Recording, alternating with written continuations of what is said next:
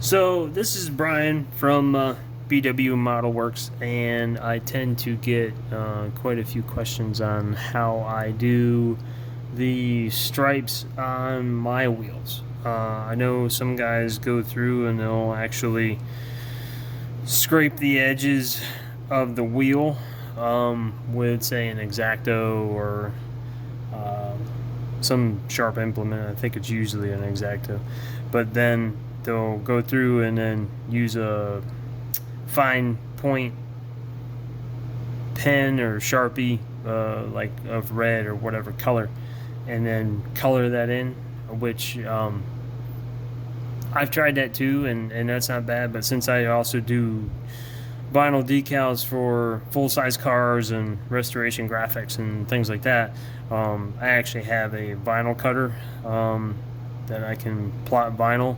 I also have a printer as well, but for this I would use what we would call just plotter cut vinyl.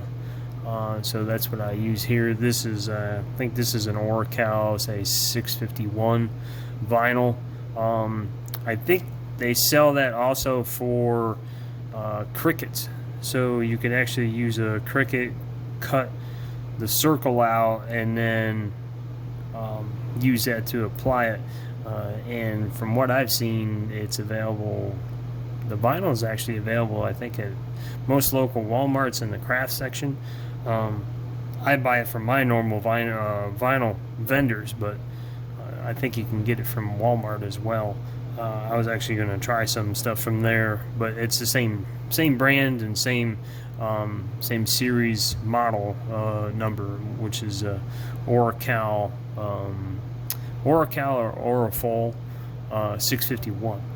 But if you use that in a cricket, you could, or at least some vinyl cutter, then you could actually plot out the actual vinyl and cut it. And now generally what it does is it'll cut this circle out, and then I have it cut another ring on the inside as thin as I can get it, but not too thin. And I've been working on the thickness. Right now I've found that one I've got works pretty good.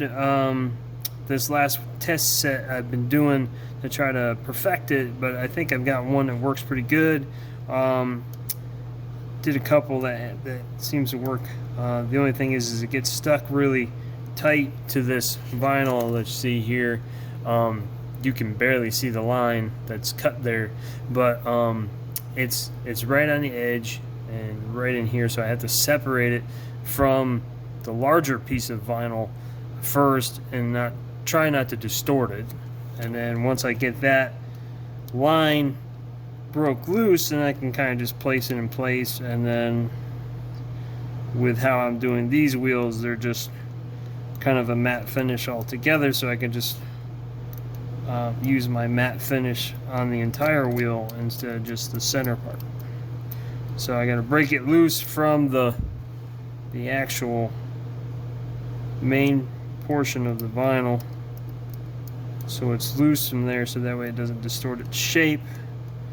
And then once that's completed, then I can pick it up by itself with say a pair of tweezers, and hopefully not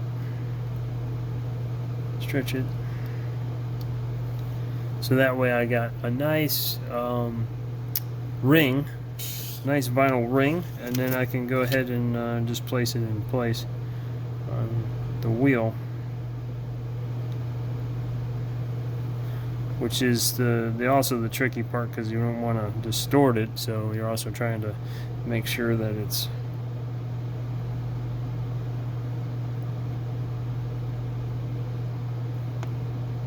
properly positioned on the wheel where you want it, and then kind of set it.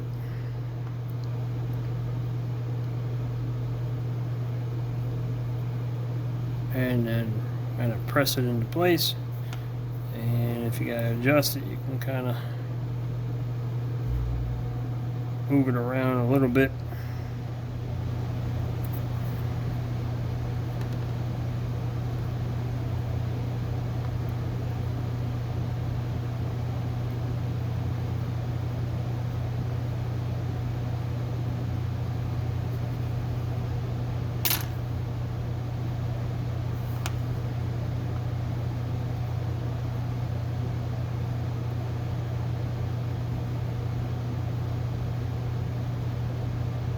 But being as thin as it is, it's kind of hard to... It makes it challenging to make sure you get it kind of positioned where it's in a pretty good circle and not too...